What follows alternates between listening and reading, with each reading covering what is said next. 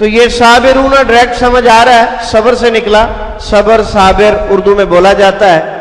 قانتون یہ نیا لفظ آ گیا، اسے یاد رکھیے گا، یہ اردو میں نہیں بولا جاتا۔ اس کا معنی ہے فرما برداری کرنے والے۔ اس کا کیا معنی ہے؟ فرما برداری کرنے والے۔ یعلمون اب یہ اسم نہیں ہے، آپ کو کیسے پتا چلا یہ اسم نہیں ہے؟ یہ فعل ہے، اس کے شروع میں یا موجود ہے۔ واو نون اسم اور فعل دونوں کے ساتھ استعمال ہوتا ہے، اور اگر آپ غور سے دیکھیں تو شروع میں یا موجود ہے، وہ بتلا رہی ہے کہ یہ لفظ فعل ہے۔ یہ لفظ کیا ہے؟ فعل۔ یعلمون وہ سب جانتے ہیں، وہ سب جانتے ہیں۔ تشکرون تم سب شکر ادا کرتے ہو۔ تو تشکرون میں تا کا معنی تم آ گیا واو نون کی وجہ سے۔ پہلے ہم تو کرتے تھے، پہلے ترجمہ کیا کرتے تھے؟ تو، اور اب کیا کریں گے؟ تم۔ کیوں؟ آخر میں واو نون جمع کے لیے ہے۔ تم سب شکر ادا کرتے ہو۔ یکذبون یا اور واو نون کو اگر الگ کر دیا جائے تو باقی کیا بچے گا؟ کذب۔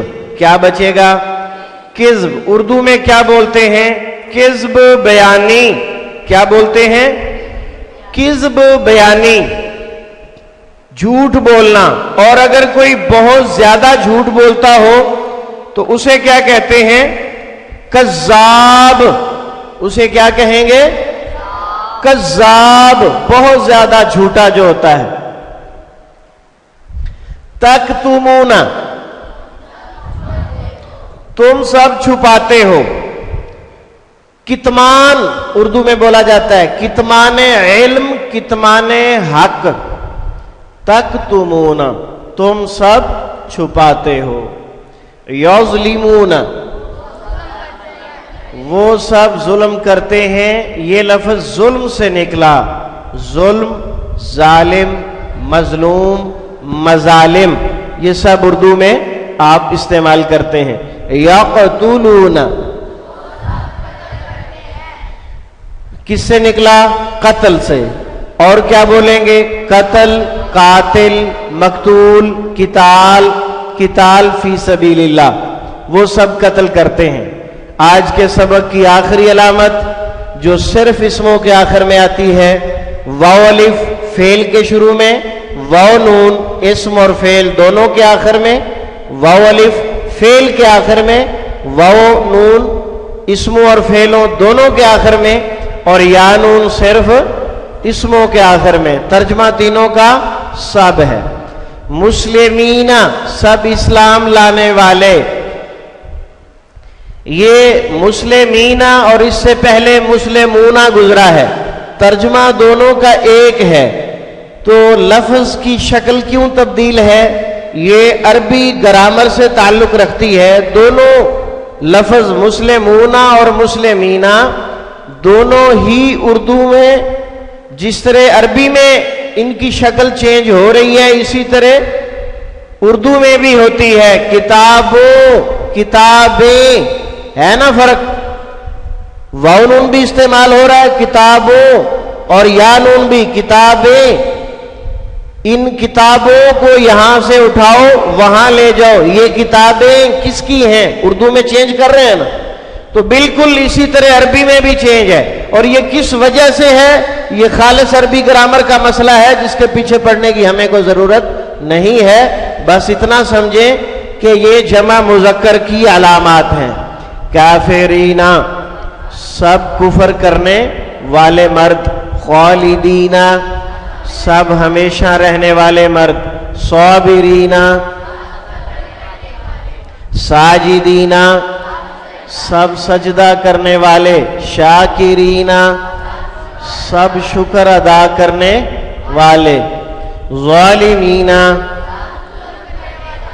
سب ظلم کرنے والے، مشرکین سب شرک کرنے والے، راکعین سب رکوع کرنے والے۔ رکوع اردو میں ڈائریکٹ بولا جاتا ہے، رکوع رکعت،